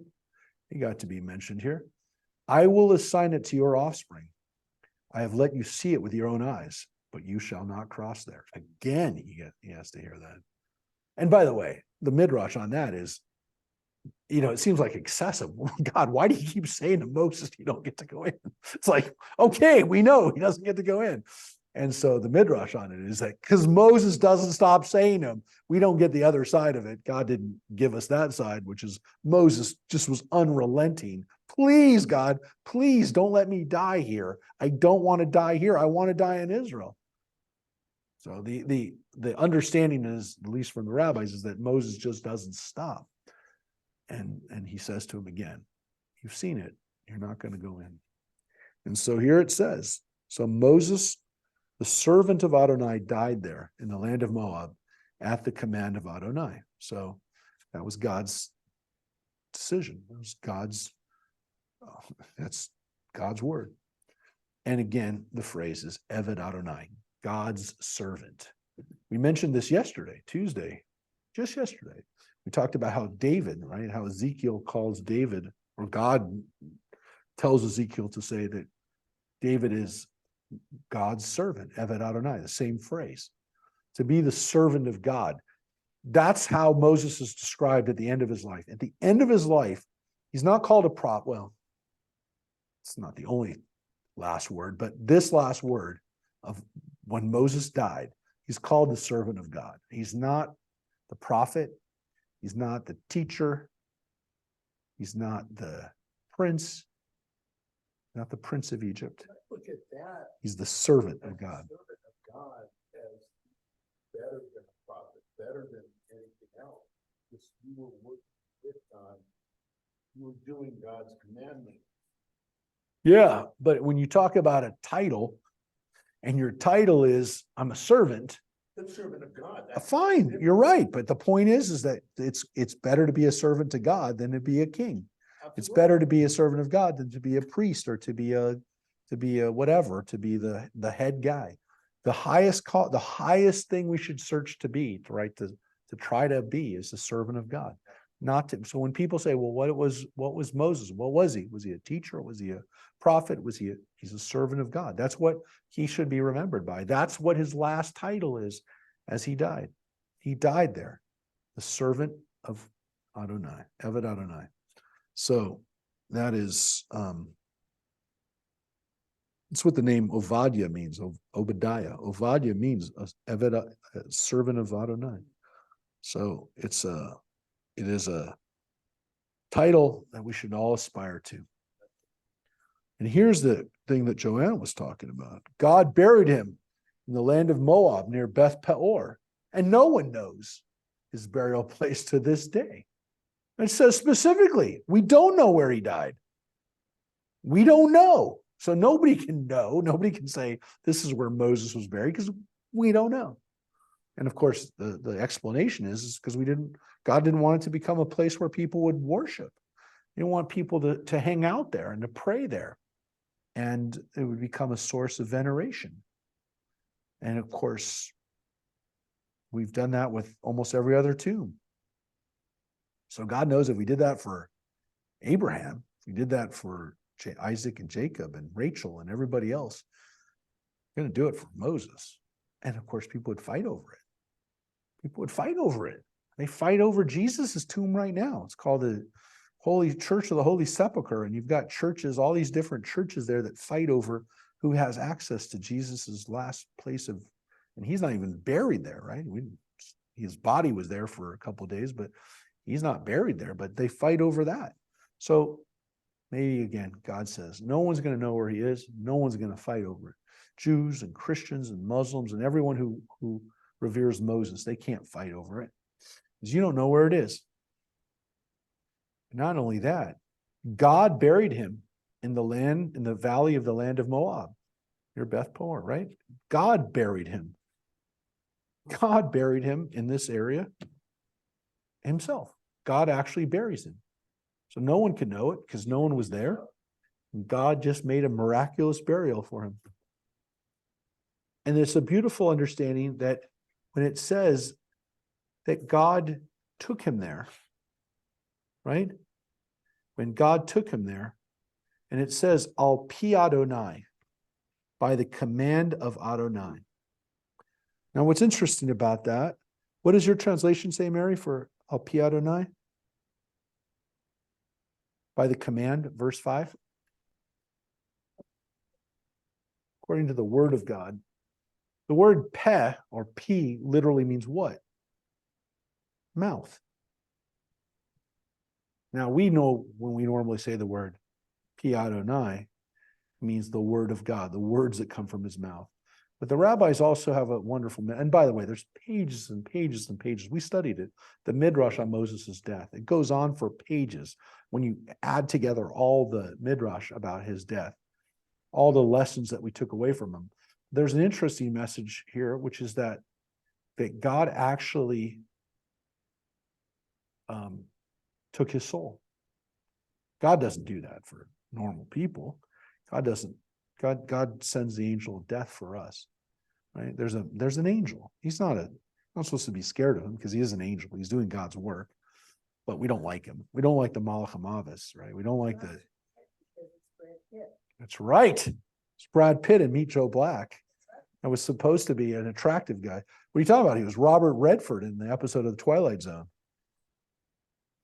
He was. It was one of his first roles. Early role for Robert Redford. No, you're not supposed to be scared of the dead, but of course you are. But the angel of death. God taking his soul. Yeah. I mean, Moses was, if I remember correctly, he's the only person to actually have seen the face of God. Yeah, but what he sees of God is more than what most people have. But remember, he couldn't fully see him, as God told him on Mount Sinai, right? You can't see me in the fullness of my existence because you couldn't take it. You'd die. So whatever he saw was the most the person can see, but it still wasn't what people want to see. And so even Moses didn't get to see everything. But when Moses was taken, his spirit was taken by God. So normally when the angel of death comes and takes us, there's a moment of separation from our body and soul, which is scary. But if God takes you, you don't have that fear, right? You don't have that. So the rabbis interpret this as that Moses was given us great blessing, which was he wasn't taken like a normal person. There was no fear at the end. Normally, we see that angel of death right before and we get a little scared. People jump. So I don't know. Mary's been with a lot more people who've died than I have, but I've not seen people necessarily jump. But I will tell you this idea that you cut the cord, that's why the guy carries that that heavy blade, right? Because he's going to cut your life cord, and that's how you transition. But if God does it, you just go like a sweet kiss of Adonai, right? The midrash is that the angel of death was scared. The angel of death said, I can't take Moses. Moses is like your best friend. I can't kill him. I can't take him. So the angel of death deferred, and all the other angels said, we're not coming anywhere near this one, Moses, God. You have to do it yourself. So God essentially almost had to do it, according to the midrash. God doesn't usually do this. God isn't in the job of bringing up souls from earth. But- You mentioned about the midrash Yeah. of his death, of Moses' death. Pages and pages, and I remember that time. And I wasn't a big fan of midrash. I love that midrash. There's yeah. And the important thing about the midrash, and actually when we studied it 4 years ago, it was right when my mom died. So it was very powerful for me to read this, because the midrash, of course, really reflects our own fears of death and our own reflections on the end of life. And it's really powerful because it tells us essentially that even Moses couldn't get out of death, which is like, that's the highest teaching, right? Which is that nobody in our tradition escapes death, which of course is a statement about what Christianity said, which by the time the midrash, as the midrashim were being written, it was a statement going, no, it doesn't matter how special you are. If you live in this world, there's only one way out, and it's leaving. It's leaving your spirit, whatever. I mean, it's you don't get out of here alive, so to speak. So if Moses dies, then all of us are going to die. There's no way out.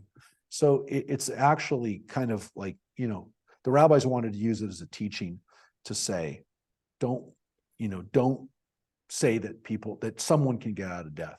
Like, if I was really, really good, really, are you as good as Moses? Then shut up. That was the end. So there's this wonderful kind of finality to it that you go, okay, I get it. And but it's really powerful, because every argument that the rabbis make is not Moses. And maybe Moses did it, but they did it. It's their own feelings of, I don't want to die, or is there any way to escape this? And so it's just a very human reaction that they give us in the midrash, which is, this is why everybody deals with this. It's a really powerful midrash, because it's like the universal experience that we all have to deal with. We're fearful of it. We try to escape it. We try to deny it.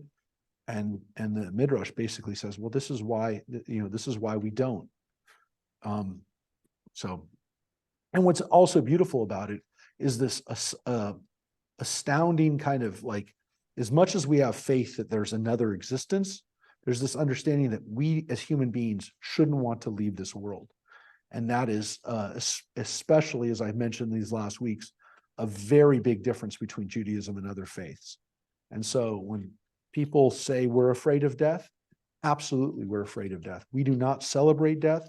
We don't embrace death. And when we talk about other faiths and other traditions being cultures of death, that's what we're talking about. We're talking about people who celebrate and who advocate for death. And we are saying, no, we don't want to die. We don't want to kill people. We don't think it's okay. And when whatever happens to us in the next world, we're not in a hurry to get there. And that's a big difference between our faith and other faiths. Well, maybe that's one of the ways we do it, by not telling people definitively what's going on. Look, how do you argue with somebody about it, Joanne? I can't tell somebody, well, you're wrong. That's not what happens. No one's ever come back. You can't. So it's best not to do it. And so let other people be obsessed with it. I'd rather them not, but I can't stop them. I can definitely tell them that we're not going to talk about it. We're not going to dwell on it. So nobody knows where Moses is buried. And again, what are the last words it says right here? Moses was 120 years old when he died. His eyes were undimmed and his vigor unabated. And what it tells us, of course, is that when he died at 120, he was still strong. All his vital forces were still within him, all of them. That's what it means when it says that his His vigor was unabated, means he could still do everything. And his eyes were still, again, as we say, undimmed. And what they're talking about, of course, is that kind of glazed over look that people have before they die, when you can see it in their eyes. And it's hard to explain what it looks like, but if you've seen it, you know it, right? Right, Mary? You could see the board on Friday night, and I couldn't. Joanne is still talking about the board. But you can see the board now. You're much closer. It's much bigger. We're going to make sure, Joanne, that never happens again. We're going to give. Couldn't see it. I know. I know. saw it fine. So we're talking about the prayers. For those who weren't here on Friday night, the prayers were not big enough, some of them, and they weren't. I mean, they should have been bigger, but well, I don't know what you need to do. I know what you need to do. Maybe if we have song sheets too. Right there, read those. So his eyes were fine. The rest of his bodily fluids were fine. Everything was normal, was pumping through. He was strong. He had everything, every ounce of his body. I mean, that's basically what it's saying. And here's what it says. The Israelites bewailed Moses in the steppes of Moab for 30 days. The period of wailing and mourning for Moses came to an end. Now, it tells us that they worshiped, they bewailed him. They were wailing, mourning for 30 days. It's a Shloshim period, right? 30 days. That means even for Moses, you don't mourn for more than 30 days. So if there's a limit to mourning for Moses, how much more so for each one of us, right? So we can't be in a period of mourning forever. Didn't do it for Moses. Not going to do it for your mom and dad. Not going to do it for whoever. You have to be able to move on. And everybody's, and what it says is not just say they bewailed him they were mourning for 30 days. It says it came to an end. It comes to an end. So it says it in both ways, strongly. Joyce heard it, right, Joyce? Absolutely. Yes. The mourning period comes to an end. If it just said they mourned him for 30 days, that means, well, what happened afterwards? The Torah is very specific and emphatic, and the rabbis say it's there for a reason. That extra, it came to an end, is telling us that mourning periods must come to an end. There has Rabbi, to be an end. Yes. Rabbi, Yes. how do you reconcile that with the fact that Kaddish is said Yes. for 11 months? Correct. like So you for a parent? never stop saying Kaddish, right? Because you say Kaddish every yard side, right? And you say it at Yizkor services. So you never stop remembering, and you never stop remembering and honoring the person. But wailing, which is what they talked about, that comes to an end. What they're talking about is the crying and the mourning that doesn't allow people to move on with life. Judaism tells us that for 30 days, not only are you encouraged to, you're supposed to mourn for 30 days. You're supposed to cry. You're even not supposed to go to concerts and music, and you're not supposed to go to parties for 30 days. People who are observant will not do that. But to some extent, again, Judaism teaches us that has to come to an end. That 30-day period comes to an end, and then you move on. And then again, some people during that first year don't do certain things. There's people, for example, who won't go to a wedding during the first year, even if they don't dance or there's some people who won't even go to the wedding, or they'll go to the service, but they won't go to the party. So there's still people who will limit their joy for that first Shana. They also won't go to the cemetery. They also won't do certain things during that first year that are supposed to recognize that. Part of the reason they don't go to the cemetery, that, by the way, is also so they won't be emotionally a wreck. I mean, it doesn't say that, but we can assume that that's part of it. But there's an understanding that people, there's other teachings that it's also because we're too attached, and the soul is too attached, and it's not good for anybody for somebody to go to the cemetery for the first year. But regardless, I don't want to get into like things that we don't know or we can't prove, but there is an understanding that at some point the intense mourning has to come to an end. The wailing and that mourning, which is again what we're talking about here, which is it's specifically crying, bechi, and avel. And avel is what a mourner is. It's not just being sad or remembering. An Avel is literally someone who isn't allowed to do certain things. I mean, literally for the first week, you're not supposed to leave your home. That's what an Avel does during the first week. So again, when you're a mourner, Is that written anywhere? it's not in the Torah, but it's in the Talmud. And by the Talmudic period, the mourning customs are a week, a month, a year, and then to remember, yard site, to remember anniversary, those traditions get to be there too. Gone. But life is precious to us, so that's why we. Yes, it's precious to us, but there's also a period of wailing Yes. which has to come to an end. We cannot cry uncontrollably forever. But you're allowed to, you're supposed to. They did, but eventually they moved on. And here's the last 3 lines.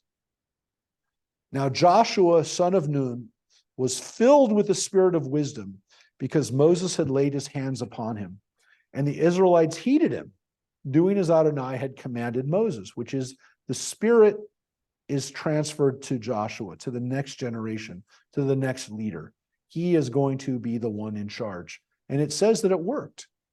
Moses passed it on, placed his hands on him, did what we call the smicha, the passing of it's right there. It says right there, Ki samach Moshe at Yadav. He placed his hands on him and he did it. Yes. Joshua Yes. is the only one from that Generation. Him and Caleb. Caleb is the other guy, the only 2 spies that got to be there. And here's the last lines. Never again did there rise in Israel a prophet like Moses, whom Adonai singled out face to face for the various signs and portents that Adonai had sent him to display in the land of Egypt against Pharaoh and all his courtiers and his whole country, and for all his great might, all the great might and the awesome power that Moses displayed before all Israel. So those are the last 3, those last lines, right, about Moses. So Joshua took over, and then Moses, there was no one like him, right? All the things. Rabbi, Yes. Ricky, when they use the words singled out face to face, Yep. are they talking about when God appears as the burning bush? Well, it seems that that's part of it, but also then at Mount Sinai later on, when he gets the 10 commandments, that Moses gets to see some type of God's presence, which changes him, right? He's so changed by it that he has to wear a veil over his face for the rest of his life. Though we don't talk about it a lot, that's what the Torah says happens to him. He literally is glowing with light, or again, the translation that he had horns on his face, which is why the Michelangelo statue has horns on Moses. It says Karen or horns of light. And he had light off of his face after being with God. So the burning bush, God got to see, God came to Moses as a light or some kind of fire that was obviously a miracle. Moses knew it was a miracle. But at Mount Sinai, God talks to Moses in a way, or Moses gets to see some aspect of him. And again, according to the Torah, Moses gets to see like his back. It's not even the front of his face. But there does seem to be this relationship that Moses has with God that's not like anybody else, that he gets to see God in a way that no one else got to see. And then he got to work all these miracles. And what, of course, is amazing about this is that it's still talking about Egypt. So Egypt gets mentioned even at the end of the Torah. Egypt is still on our minds. It's still so important that literally in the last words of the Torah, it reminds us of what happened in Egypt. It reminds us of those miracles, the things that we talk about at Passover, that this moment becomes the preeminent moment, that we use it all the time in our prayers. It's all over the place, that leaving Egypt was the pinnacle of God's relationship with us. And the fact that Moses was the guy who got to do the stuff. He got to do the miracles. He got to do those things. And that's what Moses gets remembered here at the end of the Torah. These are the last words of the Torah.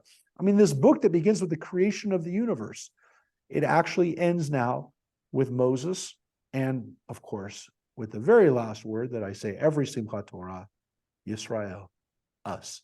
We're the last word in the Bible.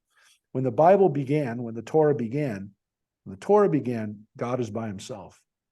The universe is wild and waste. There's nothing. And at the end of the Torah, the last word, so the first word is God, essentially, or the third word is God, Reshit bara Elohim, but the last word is Yisrael.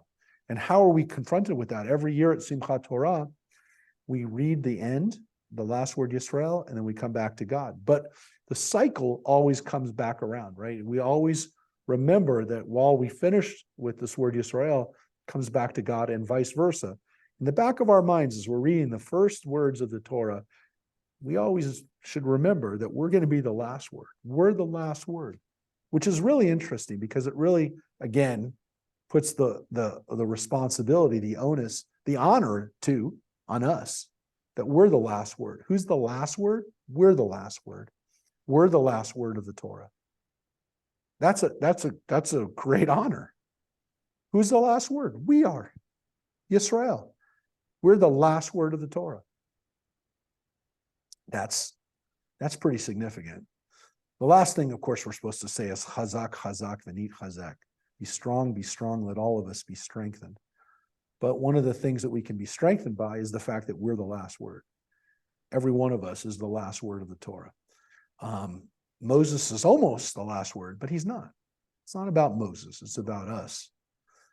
And the way it comes off, I'm glad the translation, and I'm sure the King James ends with the word Israel too, right?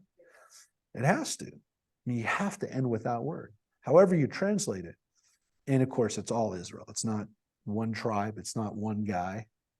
It's not, one family. It's all of us. It's every one of us.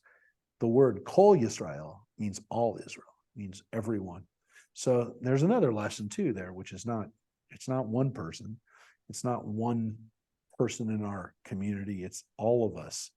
And to some extent, again, that's what it's depending on. So this is something, of course, we think about every year at Passover.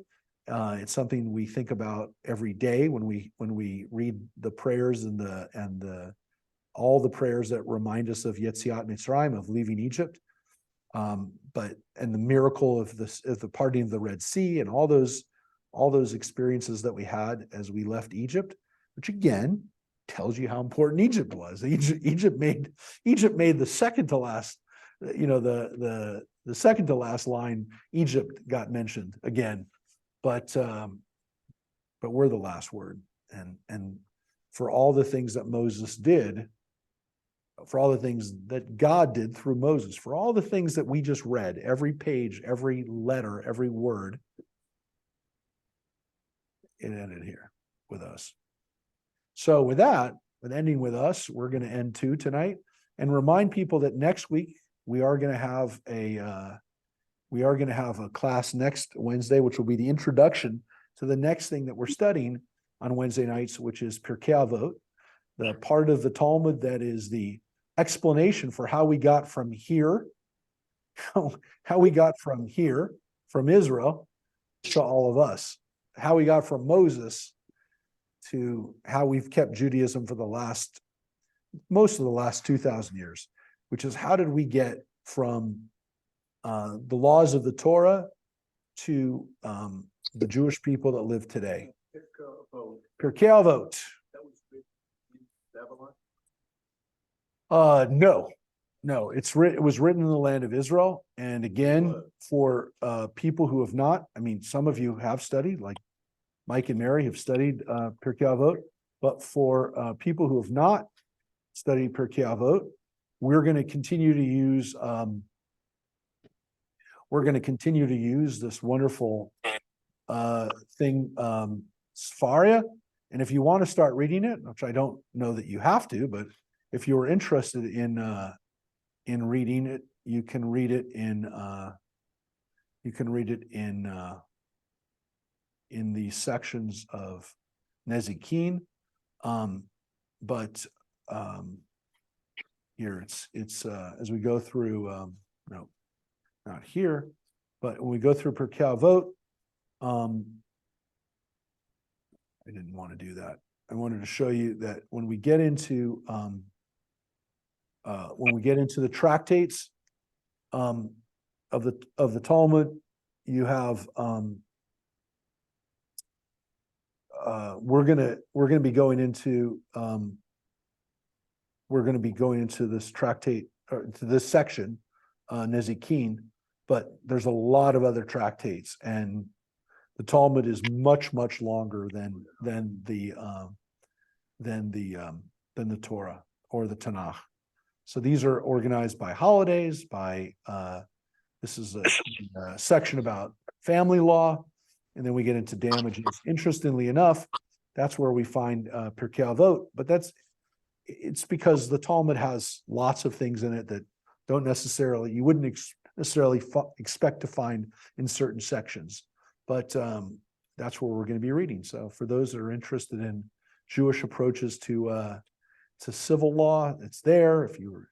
Most people are not as interested in these sections, which are temple rituals, but they are here. So these are all sections on the Mishnah. So if you and again, there's the Babylonian and Jerusalem, which are different. So I mean, there's actually two Talmuds that you could actually study. Yeah, but we really study the Babylonian, exactly. And so if you want to just study, for example, though, the Mishnah, which is Pirkei Avot is part of the Mishnah, you can actually go right to that. That's actually how you find Pirkei Avot easiest is if you do it from the Mishnah. So this is what we're going to be starting with next time. But again, some people study the Talmud.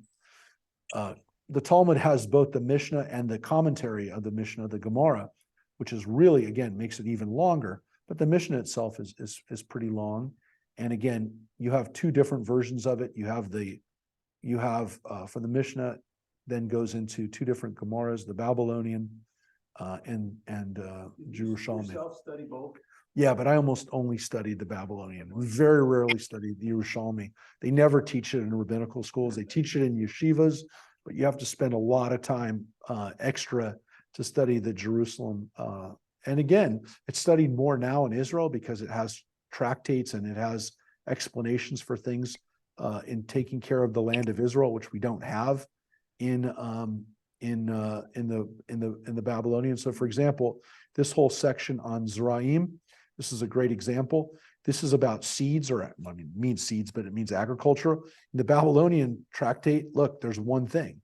There's brachot, which we actually studied. That was actually the tractate we studied. It's about blessings. Right. But in the Jerusalem, look how many tractates they have. Peah, Demai, Kalaim, Shvid, Maaser. I mean, it goes all the way through. Why? Because this was written by Jews that lived in Jerusalem, and they needed to know how to run agricultural based on Jewish law. But Jews who lived in Babylonia, they weren't working off of agricultural laws of the land of Israel because they lived in Babylonia. So they didn't do a commentary on it. The Yerushalmi has all of this. Guess what? Now that Jews live in the land of Israel, they study these tractates now. So especially Orthodox Jews in Israel, they study this a lot. Jews outside of the land of Israel don't usually study these tractates because they're really incumbent on Jews that live in the land of Israel and have to figure out how to run agricultural systems based on that. So again, the holidays, that's pretty important. Those are pretty important tractates, both for the people who live in the land of Israel and that live in Babylonia, like us. We don't really live in Babylonia anymore, but we live in exile. So there you go. All right, folks. Hey, Rabbi. Yeah. It took a little over 2 years for the last 5 books. Yeah. How long will it take for this? For Pirkei Avot? Yeah. No, Pirkei Avot. No, it's fine. Pirkei Avot will take probably about 2 months. Oh, okay. Probably about 2 months to read Pirkei Avot. The Talmud itself would take us, well, if you study a page per day, which is actually double-sided page per day, and that's a lot of work, by the way. If you study a page per day, which people do, it's called the Daf Yomi cycle. It takes 7 years. And that's if you study a page a day, and it can be done. But it's reading fast. I mean, it's not just reading fast, it's learning it and studying fast. It's not a lot of it's not a lot of time for discussion. It's really reading it. But you can do a Daf Yomi cycle. There's actually a friend of mine, Sal Litvak, does something called Accidental Talmudist, and he teaches Daf Yomi. He teaches a page. You can do a page a day, and he did it. He did it himself. 15 years ago or 20 years ago. Not 20. He's done a couple cycles since then. Every 7 years, they do a big event for the Daf Yomi, for all those who are studying the Daf Yomi.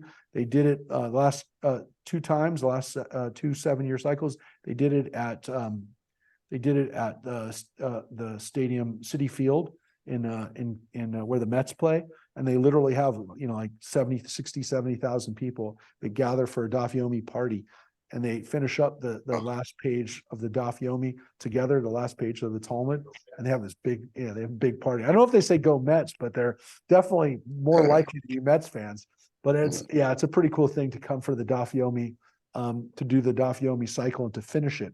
I haven't done it I haven't done the Daf Yomi as a regular thing. I mean, I've read through the Talmud, but it is not it's not an easy thing to do. But it is very, very, very interesting, and it is definitely a sense, I think, when you're done with it, of achievement. But you all have a great sense of achievement because you read the Torah from page 1 to page whatever. So congratulations, everybody, and thank you all for doing it. This is the first time we did it on Zoom, so we were able to do it with people all around the country. So thank you, everybody, especially those who are joining us in different time zones. Bye-bye, everyone. And happy Bye-bye, Hanukkah. and thank Happy you. Hanukkah, everybody. Happy Hanukkah. Bye-bye. Bye-bye.